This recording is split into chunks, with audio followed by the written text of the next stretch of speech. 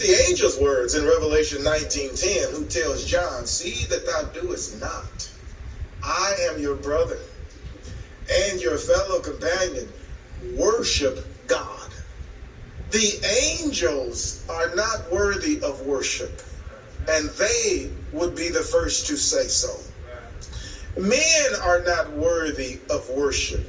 In Acts 14:9-15, some individuals meet Paul and Barnabas, and in their presence, because of the miracles they performed, they believe them to be gods. They say as much, "The gods have come down to us." Paul hastily tries to stop them from doing that and tells them, "We are men just like you. Don't do that." Peter stops Cornelius, "I'm a man just like you." No man is worthy of worship. Nothing but God is to be worshiped. Deuteronomy 4:15-19. Money is not to be worshiped. Colossians 3:5. You'll be called an idolater if you love money. The world, which worships anything and everything other than God, has it wrong. God is not everything. Since we're passing by, let me just say that. God is not everything, so don't worship everything.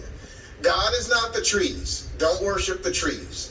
God is not the sun. Don't worship the sun. God made the world. He's not the world. Don't worship things like that. There is a living God, and then there's everything else. For a good read Psalm 135 and listen to the psalmist compare the God of heaven to the idols of men.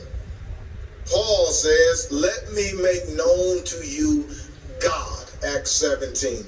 The right object of worship is God and God alone. The second essential and acceptable worship is the right attitude.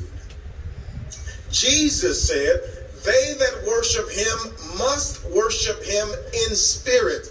It's not a reference to the Holy Spirit. That's a reference to your spirit. God never forces anyone to worship him. Our attitude and disposition should be motivated by, first, the opportunity, yea, the privilege to worship God. Secondly, the audience. We're entering the presence of God to do obeisance and prostrate our spirits and our hearts and our minds. Thirdly, the benefits. Every time you go to worship, you can leave better than you came. You'll be blessed and you'll bless others. Worship, therefore, with the right spirit should be reverent. Exodus chapter 3, verses 5-6. Moses is told to